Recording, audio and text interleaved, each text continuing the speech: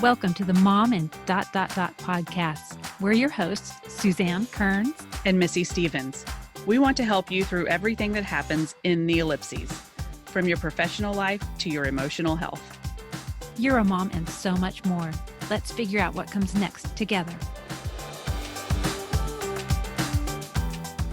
Welcome to the Mom and podcast. I'm Missy Stevens, mom and women's fiction writer, foster care advocate, and today novice block scheduler. It's a learning process. Oh, it is. We need to regroup and talk about that. Yes. And I am Suzanne Kearns, mom and writer, LGBTQ advocate. And today I am a holiday denier. As we are recording this, I'm a Thanksgiving denier, not in any philosophical sense, but in the I am never going to have my house clean before my brother gets here sense.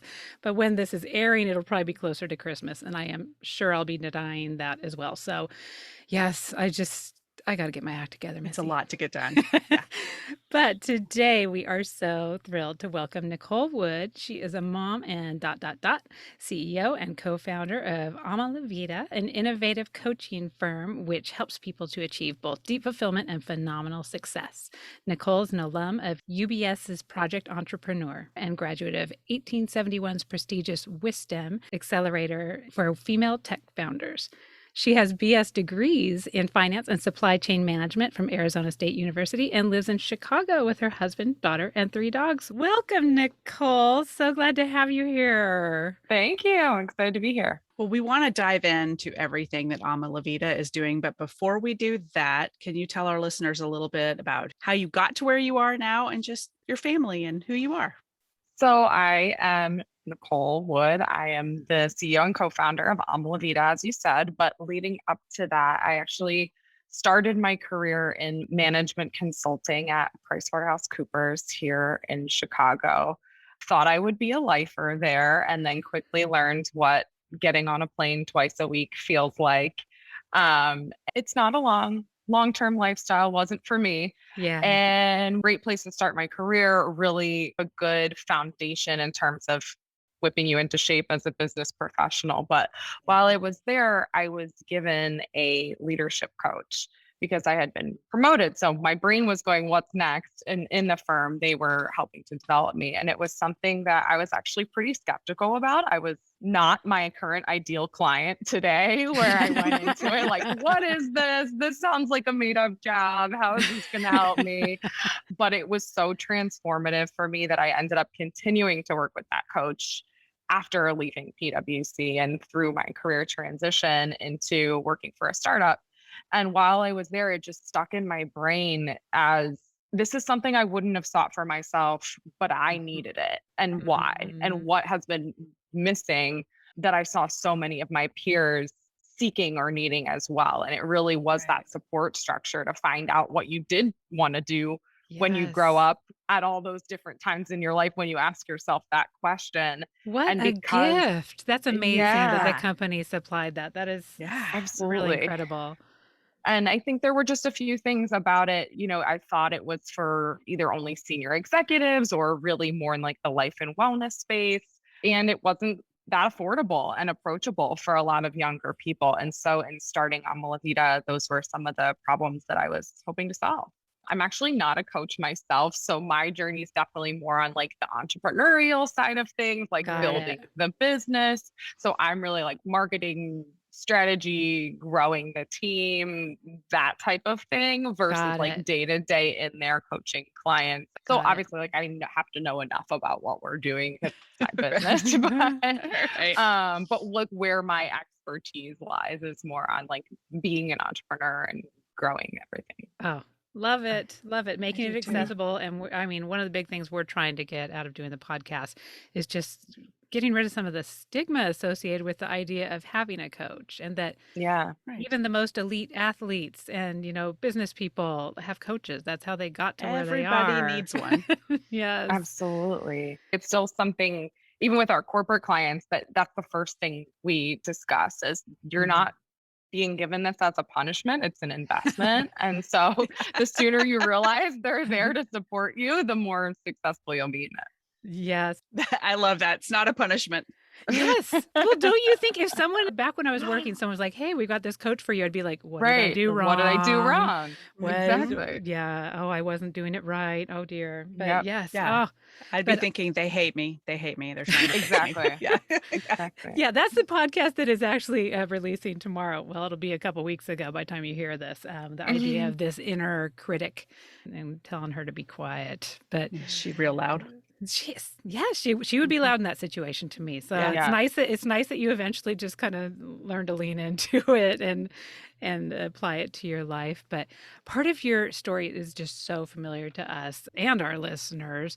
You write on your website and talk about how the idea that you were doing all the right things, you got all the right grades, Mhm. got the good job and all the promotions, but it just wasn't feeling right. And I'm sure your coach helped guide you through that. But I'm really curious, how did you feel that not feeling right? Did it manifest physically? Were you getting headaches, or was it more just like this general feeling in your life?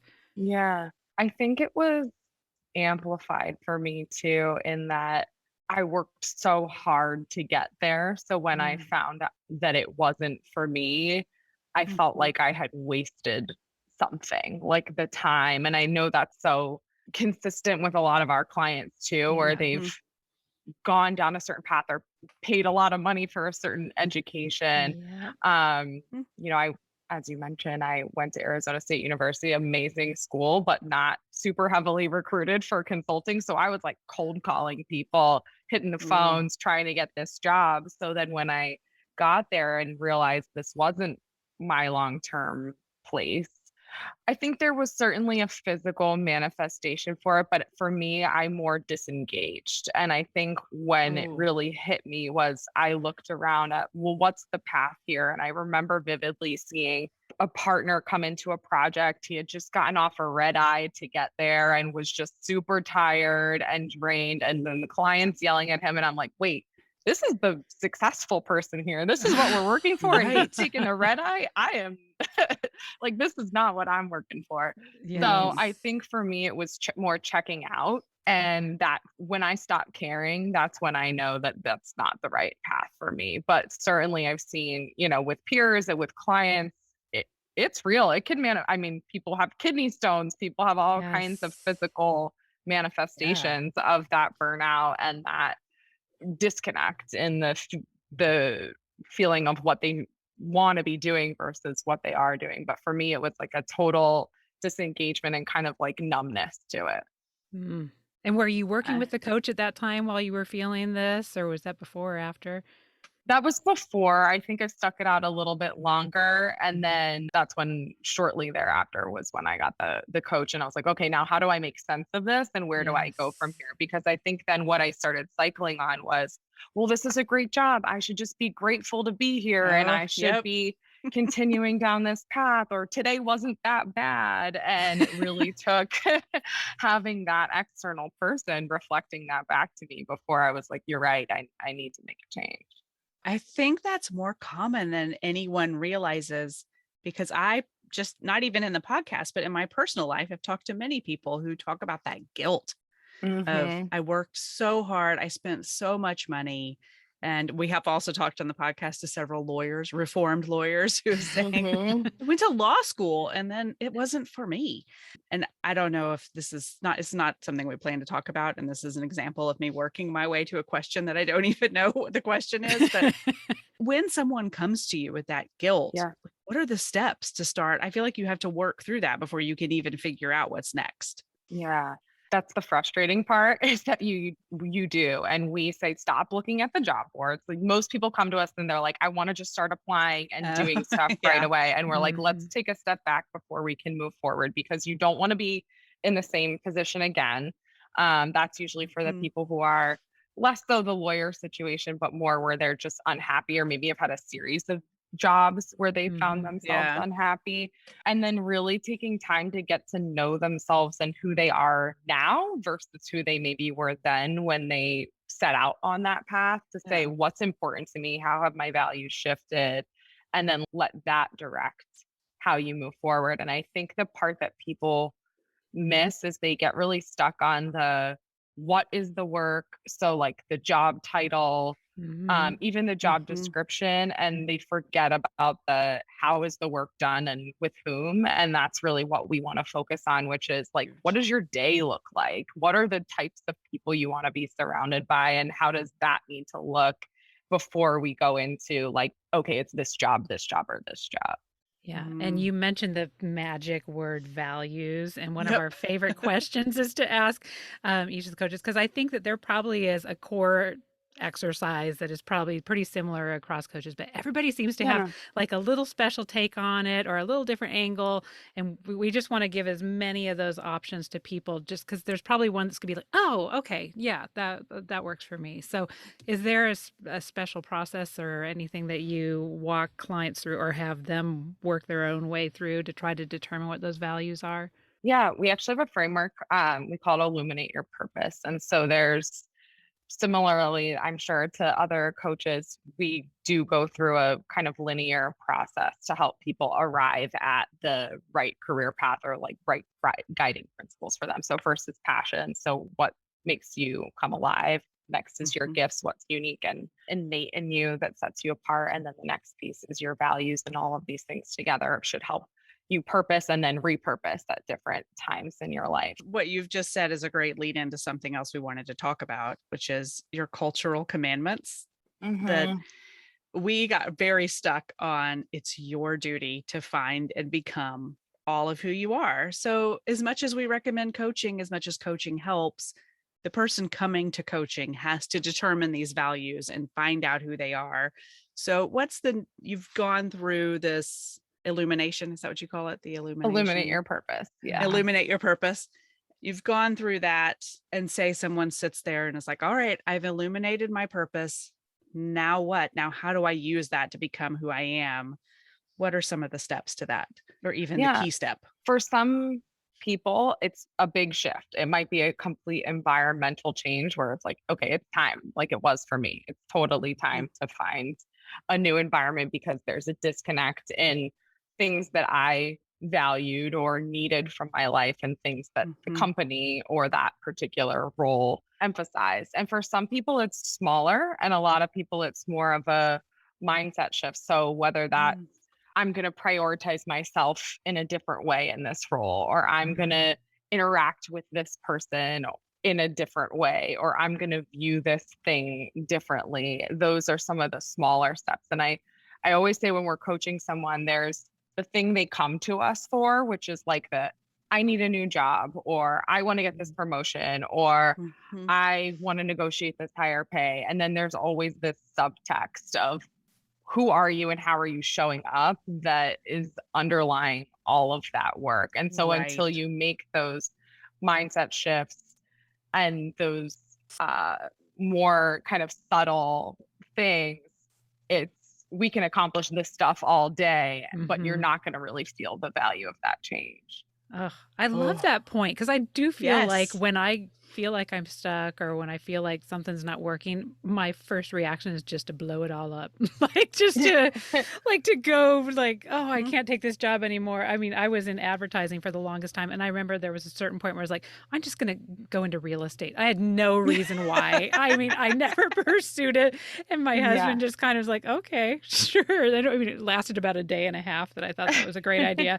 But no, I mean, I do think that is a natural reaction sometimes. It's like, Yeah. if this isn't working, then it's obviously everything about this field or this company or this whatever that is not working. Yeah. Right. So I do Or think to that is take nice. Yeah, to take the inverse of it, how many times I know it happens for me all the time has literally nothing tangibly changed in your day to day or your environment, but Mhm. something shifts in your brain and you go from feeling totally chaotic or totally insecure about something to totally clear and fine. And you're like, absolutely nothing has changed from yesterday to today, but somehow everything has. And I think Yes. that's the work that we're trying to do while, of course, accomplishing all of those visible, tangible goals too. Right. So now what does that shifting process look like? I mean, sometimes it just kind of happens, I think, but I'm trying to, for listeners, make sure that we're not just being like this toxic positivity, like, oh, just, just fight through it, Just just, change your mindset. yeah, put a mantra above your computer and it'll be fine. But I Yeah. mean, it really is more about the framework of maybe just seeing what your reality is and then making some decisions there instead of catastrophizing everything or whatever Right. your brain may naturally be doing. It's just actually sitting back and being, okay, no, really, what is this situation? So, like, what does that look like, that's not toxic positivity, but is just this mindset change? How do you differentiate between those? Or, Yeah. I mean, I think it depends on the situation and what the person is working on, but Mhm. sometimes it's as simple as someone calling you on your BS and really being that mirror to Yeah. you and being like, well, you're the one who's going to have to make this change. Sometimes it's reframing and thinking about something in a new way. Sometimes it's maybe someone suggesting something to you that you hadn't tried yet. So I think Mhm. it depends, and it's usually not just pull yourself up by the bootstraps to move forward, Right. because that's Yeah. if it were that simple, we would all just do it. But I think it really depends on the person, from trying a new approach to utilizing a new tool to learning something different about themselves to a totally different way of thinking about something. I really like that idea of not just pulling yourself up by the bootstraps or saying you just have to get your stuff together, Mhm. because I think that a lot of us had that idea for many years. For Yeah. me, I always thought I should just have the willpower and the strength to make the changes I want to change. But I like what you say about you may need a new tool, or you may need to learn something that no one has taught you before in Mhm. order to really start to make those changes. It's not a matter of willpower or your innateness to be able to do this. Yeah. No, and that's the whole point too of why we're doing what we're doing, because, and like you said from the beginning, that sort of destigmatization of everyone thinks that they should be able to just do it on their own. And I think Yeah. particularly a lot of the probably perception even that I had going into coaching was like, oh, I should just be able to figure this out. I've been able to do that now, but Mhm. everyone needs a support system.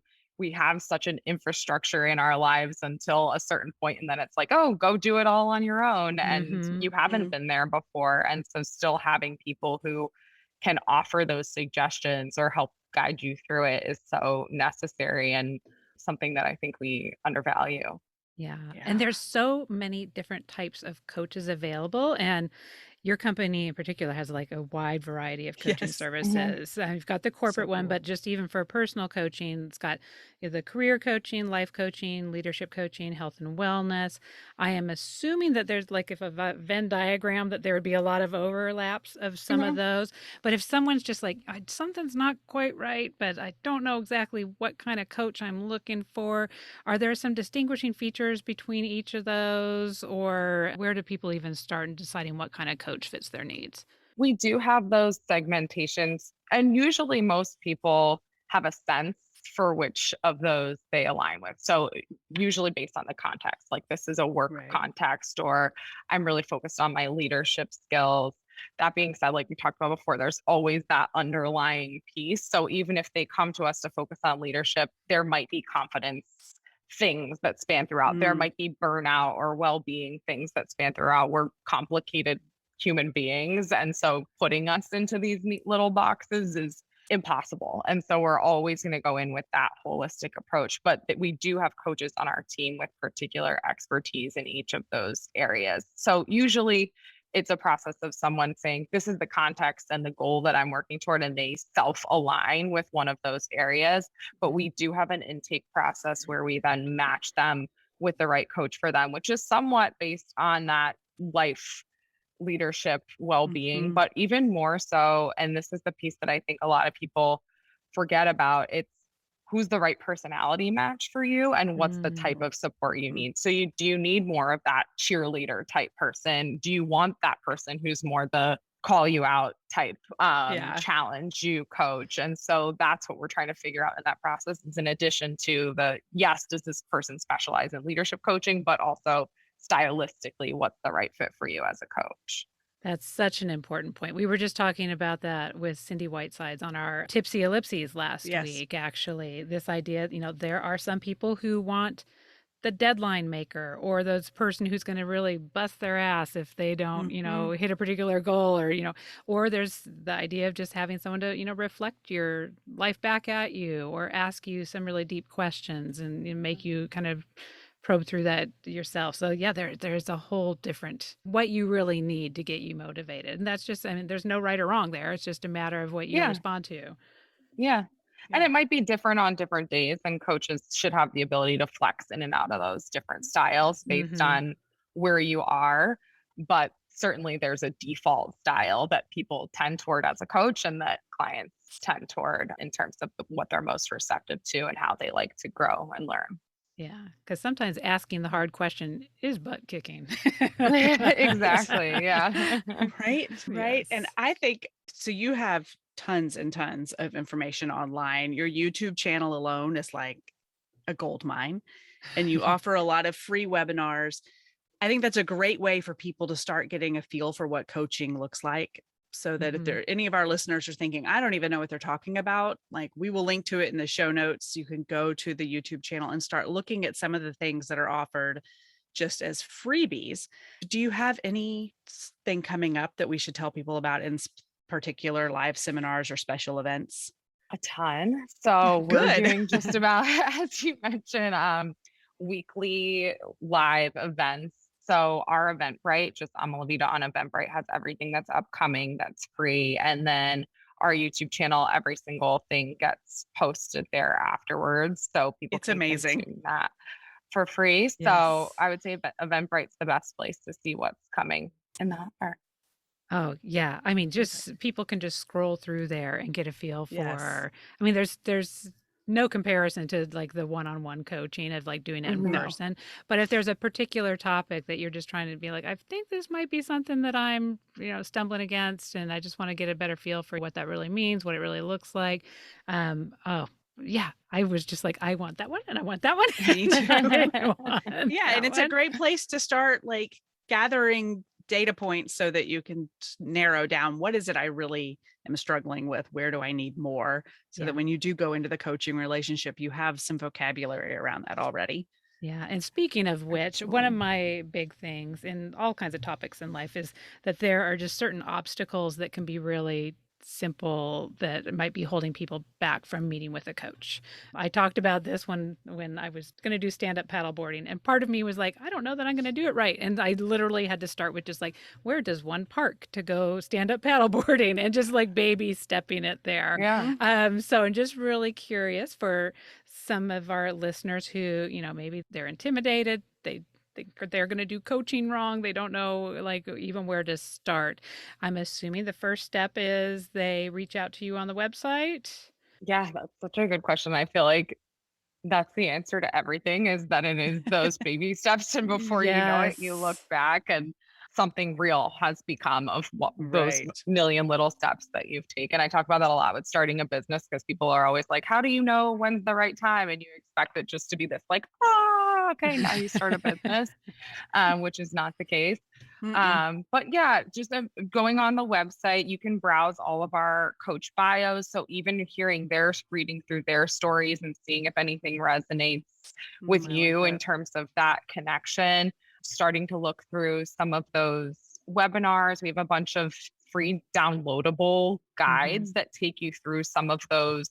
Like, for example, the Illuminate Your Purpose process. We give some of that in more of like a workbook format. So you can start to do it on your own time and be thinking about these things so that by the time you enter into those coaching conversations, you've already given it a bunch of thought and can really make the most of your time or have a sense for how that might work. Yeah. And I'm hoping that'll get some people over those. I don't even want to call it a stumbling block. It's just more of just It is. yeah, it's a little speed bump as far as just like I'm not quite sure what to do. So, we have a lot of listeners who are stay-at-home moms who have made this conscious decision to do a career pause, to be at home with their kids. But now we're hearing on a lot of the headlines, there's a lot of new stay-at-home parents that didn't necessarily, well, they made the choice because they're doing it, but they they weren't super Wasn't really in willing the plan. participants. Yeah, it wasn't really a super conscious choice. It was more of just a forced choice. So I'm just Mhm. really curious what y'all are seeing across your body of coaches. Are you seeing a lot of people coming in trying to figure out what they should be doing while they're in this pause, while they're at home?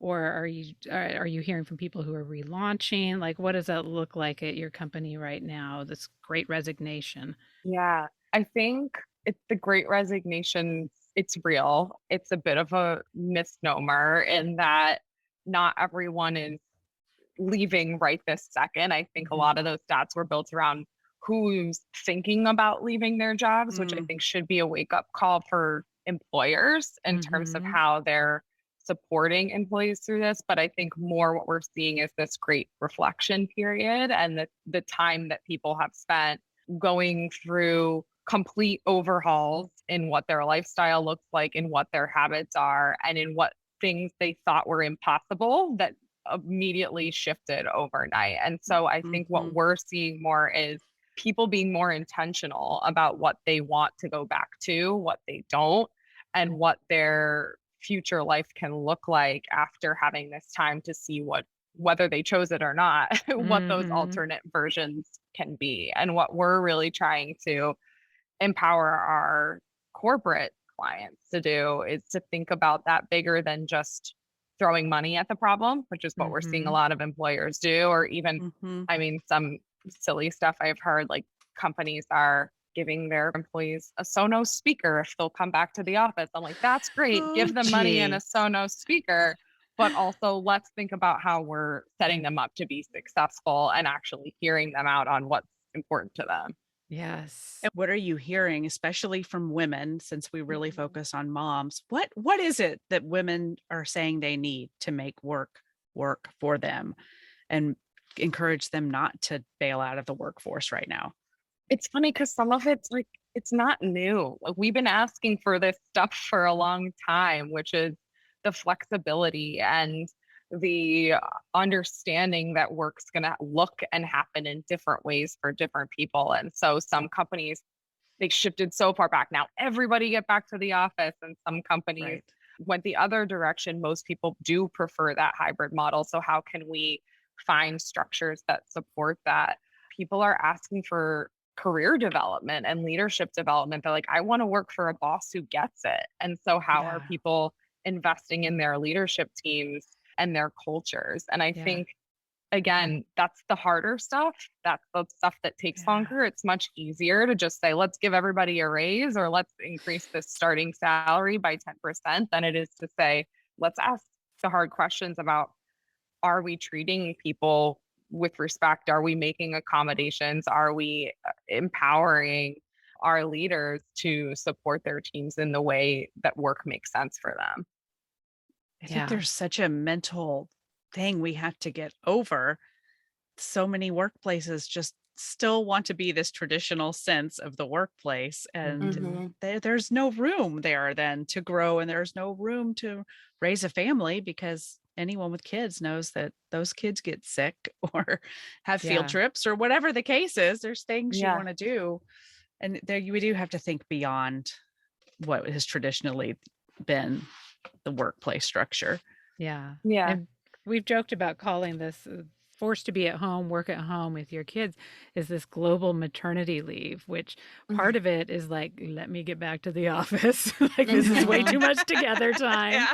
Yeah. But another part of it is either whether it's the mother or the father, whoever had been in a working role, if someone was a stay at home role and someone was out working, having that gift of time with your kids does kind of realign those values. So Mhm. we've tried to encourage people, even if you've done a values exercise, even if you did one a year ago, you need to take another Do it look at again. that because things may have realigned and it's not it is very much a woman issue in the sense that I feel like the brunt of the stay-at-homeness and the caretaking role has been put on them. I mean, the statistics don't lie, but I do think there are a lot of men, husbands, partners who have decided that, yeah, I want a little bit more of that too, and the flexibility to work from home a certain amount of time or, additional vacation time, whatever that may end up looking like. But just the flexibility and the ownership over your own schedule seems to be a big theme that we're hearing, the autonomy to be able to make some of those decisions and without someone having to look over your back and having to have your butt in a seat. The traditional,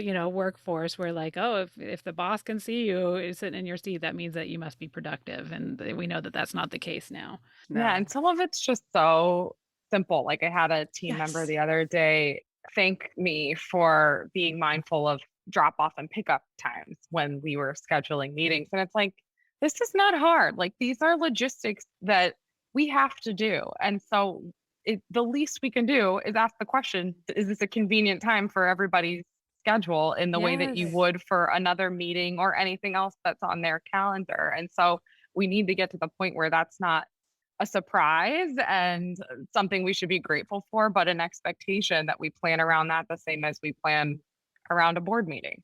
Yeah. And I think that's the gift of all the Zoom meetings everybody's been through. Like we have literally seen everybody's kids. Totally. We've seen, maybe you've got grandparents living with you. Maybe you've got some really high need pets like mine, whatever the case may be. Yeah.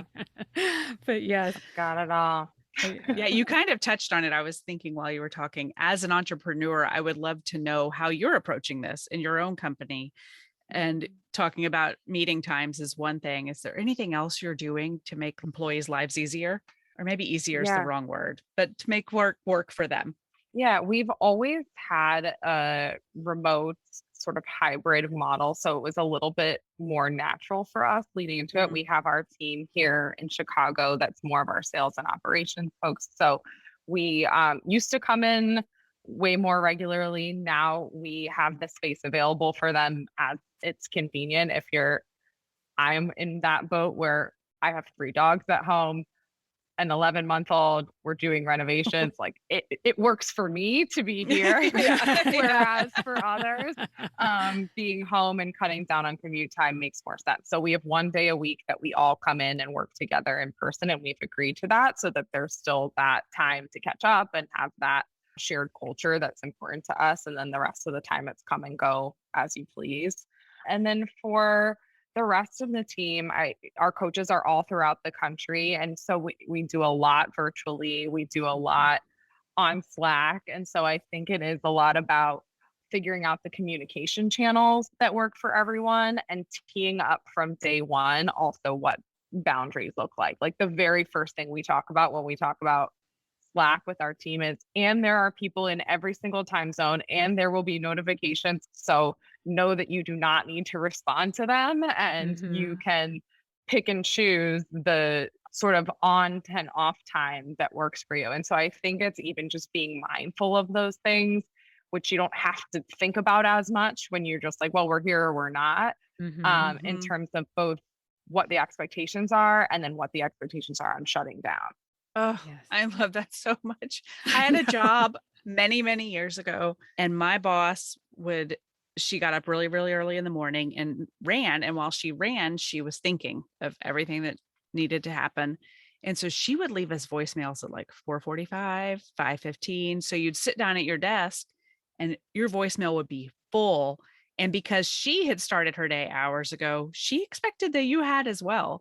And so we started getting to work earlier and earlier. And the pressure I felt, I woke up every morning.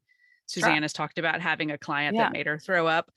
I woke up every morning feeling like I was going to vomit. Yeah. I was so stressed. You just made my back tense up just even saying that. Yeah. And I would sit down. I started going to work earlier and earlier. And I was sitting at my desk at 7:00 listening to just a long list of stuff. And I wanted to have as much of it done as I could before she came in. And it would be things like, we've got to talk to the mayor's office about whatever. And I'd be like, well, the mayor's not even there yet. Full on panic at all times. And so this idea of boundaries, so beautiful. So beautiful. Yeah, no, I've had bosses like that too, who even very blatantly when we've discussed it, we're like, well, I'm up, so you need to be. But I think even when it's not that case, like there are bosses who do that but don't expect you to be up, but they don't realize the impact that just sending that email might have on their team, because then you're looking at it and the first thing in the morning is you're feeling sick or tense or whatever it is. And so I think even being mindful of that, people don't think about those things. And so I it's know. can you pre-schedule that to just send later? Or what are the Right. other ways that you can manage how you're putting information out there to make your team not feel so overwhelmed? Right. Yes. Like, wouldn't it have been amazing if she had made a list and then brought that Yes. list into the office instead of leaving us 20 voicemails before our eyes were Yeah. open? Well, Oh I'm my so guilty of gosh. this too. It's not just manager. Well, you're in a unique position of being this entrepreneur managing a team of coaches because they're going to coach right back at you if Oh yeah. if There's you're not no respecting shame, boundaries. Kelly. But I caught myself, my daughter is in the process of evaluating colleges. She's a junior in high school and she's, going through this. And so of course, I'm like in major college brain too. But poor girl, anytime I had a thought or a question or whatever, I'd just be like ping, ping, ping, text, whatever. And I finally was listening to a seminar with a college recruiter that was just like, pick an hour a week to sit down and go through all the questions you have instead of having everything have this like undertone of like a college question could come up at any time. So I was like, what would work for you? Like every time I have a question, should I just write it down, like put it in a jar? And then on Saturday at 10 a.m., we'll dump the jar out and we'll just go through everything. Because to me, it's just that's how I relieve my stress of being like, okay, it's off my plate now because I sent it. Or I Yep. don't have to think about it anymore because I'm waiting for the response to come back. And so that's just how I get things off of my to-do list. But I mean, I'm ruining the lives of everybody around me by, Well, by that's why block stressing them scheduling out. is hard for us. Yes, because I'm at like, I'm doing it right now and then it's done. Yes. Yeah. And so, I mean, part of it's I just need to, like you said in the intro, we need to get better and really be intentional about getting better about block scheduling. But it is, I think, the people like me are not trying to make everybody else's life around them more stressful and have this time confetti of having to respond to them on the same time frame that they're shooting it out. But yeah, I mean, it's not just a work environment. We do that to Yeah. people in our lives at home. I mean, think about how many times that you just have a thought and you text it to your husband, you text it to your kids or text it to a friend or whatever, not being I'm really. so glad text was not a thing when I had that boss. I mean, Oh that's how long ago it Oh my was. gosh. Yeah. If she had Well, been that's able to text us, so help me. yeah, and tone and priority gets lost in that too, where Yes. you have no idea what's the difference if they're all just coming in as a ping, what's like super important versus not. And Right. you're right, it's both at work and at home. Like my husband's very much that way, and he's like the call me anytime he has something on his mind. And I've had to explain to him when he does that, or he just texts call me. I'm like, I don't know the difference if that's call me because you want to know where the Amazon package is, or call me because something's wrong with my daughter. Like, Right. Yes. Right. distinguish some Yeah. prioritization here. Is So the I do baby think, sick or are we out of milk? right, Like, what right, or is you it? don't Like, know where the garbage bags are. Like, which yeah. one is it? Yeah. Yeah. Oh my gosh, I love that. Okay. Well, so that we have a to do this week, Missy. We're going to get better about our block scheduling and respecting other people. Well, I'm going to get better about respecting other people's time and boundaries by not just offloading my stuff onto them because bad habit. And I don't want to train my kids to do that to other people too, because well, you know what? I think they trained me to do it because that's how we got trained to respond to kids' needs with them growing up. So I've spent the past 15 years having little requests just like shot at me. And that's how I'm used to responding to them. So I think that probably is a stay at home mom bad habit that we get because someone's hungry, this fell down, this did. And so you're used, that's how I'm used to responding. And I need to undo a lot of bad habits around that because now if I go back to the workforce, I mean that way is not going to work. That's not going to play with other people who have been working Well, around and a our normal. kids are old enough to learn to batch their requests as well. Mm-hmm. Like, I have a 15-year-old and I have said, like, make a list. Don't just text me from school saying I need a notebook. Like, make a list. And when you come home, say, can I go through the list with you? Oh, It guess who doesn't just always ordered work. some foundation at 10:15 a.m. today Oh, because sure. I mean, it doesn't always work because, yeah. I mean, we're running out to get a competition swimsuit this afternoon that we've known about for a while, but it just, things we're happen. improving, Missy. It's all Yeah. it's all a process. It's all a process. We need to Yeah. go, we need to go binge a bunch of your videos there on your YouTube, which we will Yes. link to in the show notes because I think it's so valuable for everybody. But Yeah. I think it is just about time for I our know, look, it's already almost 2. listen, learn time. Let's see. So, if anybody, if this is your first time listening, our look, listen, learn is just a time to talk about outside of professional expertise, some of the things that we've been either watching or listening to or learning about that maybe, especially over the holidays, hopefully, maybe you have a little bit of free time that Mhm. you might be going, oh, what should I be reading? What should I be watching? Maybe some of these things might help. So, I will start because we never like to put our guest in the hot seat of going first. So I'll go ahead and start with a couple of mine. I have been looking at the show Made, which I know a lot of people have read the book. Mhm. I'm finally watching it for the first time, and I can't remember. My husband was out of town for a few nights and kind of surprised me. I thought he was coming home tonight. Came home around 11, kind of scared the shit out of me because I was like, I was editing the podcast and like, and oh, and because my son lost our house key somewhere between here and South Congress. So I Hmm. kind of had it in the back of my head that, oh yeah, someone's just going to break in, and Someone has someone your was key. the door was opening, but it was with a key, and I was like, that doesn't mean anything anymore.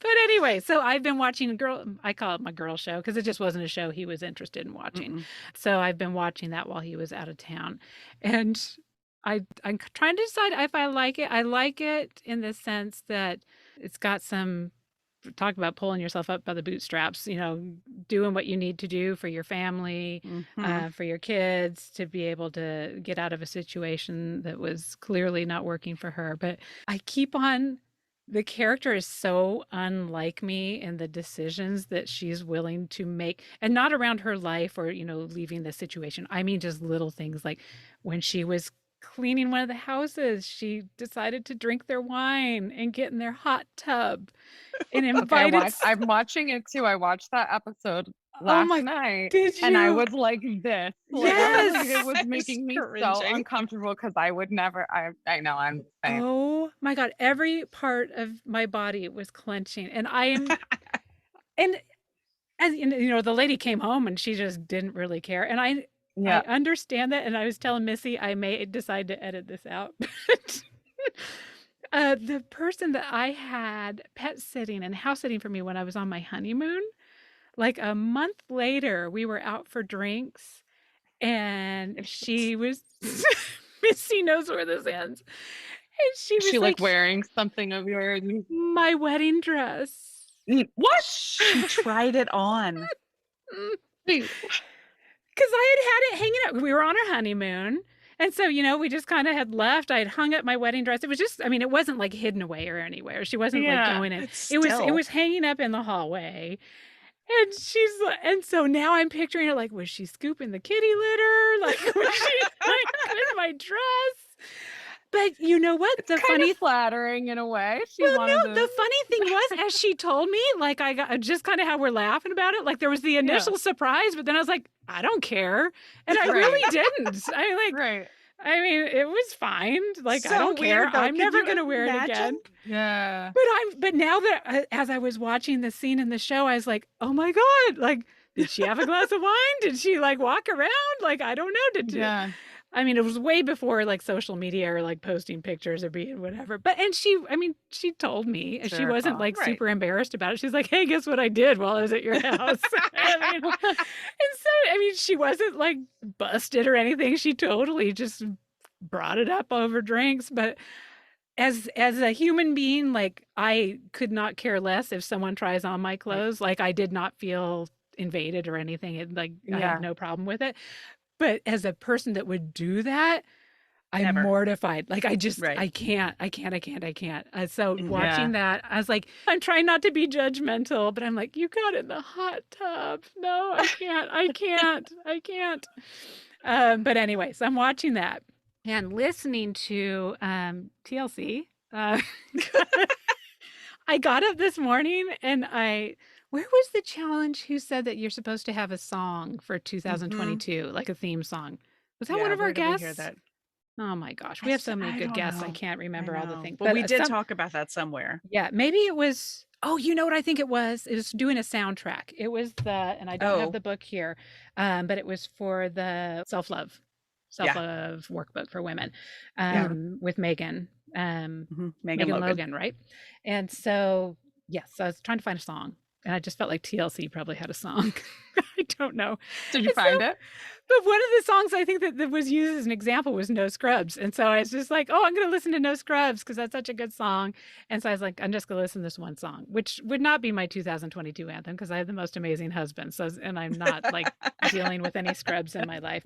But then it just kept on rolling into the next song and the next song, and I was like, "Oh my God, TLC, your greatest hits, every hit, like All good. all good, all good." So Yeah. I have been listening to TLC and just Oh my loving gosh, I it. love My it. poor kids, I had it cranked. So yeah, I've been who's this? What? But yeah, so that is I guess I've learned some things. I just haven't thought about it this week. So Some weeks we don't. some Some weeks we weeks we don't. don't learn. What about you? Have you been listen, learning anything this week? Well, I too am watching Maid, but another thing that I'm looking at is I am reading The Scaffold Effect. Have you read this by Dr. No. Harold Koppelwer? No. So, like I said, my daughter's 11 months, and I think I thought all about the baby stuff, but I didn't think about how soon I'd have to think about the person stuff.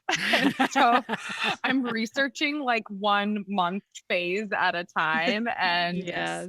we're getting to that point where she's getting opinionated and starting to grow into her little personality. And so I'm just starting to read this book that's all about raising resilient kids. And kind of the concept is like there was the helicopter parent and the bulldozer parent, and how do you be like the scaffold parent where you provide the structure around the outside, but you allow them to kind of construct who they are as a person in a way that makes them very self-reliant. So Oh, I love that. yeah, Oh, I'm reading we it. got to do a plug for How to Raise an Adult then. Julie Lithcott-Haynes Yes. was a guest. Probably a little bit older kids, but I do think That's a great one to read. start now so your brain is already in that. Yeah. And yeah, The Yeah. Gift of Failure is another one by Jess Leahy. It's just this idea Okay. of probably very similar. Just give your kids a little bit of freedom. 1-year-old, maybe not so much freedom, but as they start heading off to school, oh my gosh, I can't recommend those two books enough for Okay. even when you start getting into the preschool and the kindergarten. Yes. Have those ready on your bookshelf. Well, I'm buying books at a much faster pace than I'm consuming them in my current like 3-page Yes, increments. So I hear you. Yeah. Yes. I'll get Oh, them love added it. to my list. And then listening, have you listened to the You're Wrong About podcast? Yes, really fun. why did I just load that? Someone else must have mentioned it. I Okay. haven't listened to any of it, but I just loaded it. Okay, each one is there's some series, but most are self-contained episodes where they talk about one topic, whether it's like a news story or something that became even infamous in some way. And there's a lot of, I mean, judging by the name, kind of debunking that happens with that. But most of Ooh. it's also about like understanding the nuance and how people get so characterized in like a certain way or put into a certain box when really there's always a lot more than what the news headline reads. And so it digs into it a lot more with a lot of just like kind of counter stories to what the social narrative has been around that, which I just think is fun and interesting and totally different from a lot of the other stuff that I listen to. Yes. Now you're Yeah. reminding Ooh, me I'm that I gonna have to download actually that listen to it. too. Yes. Yeah.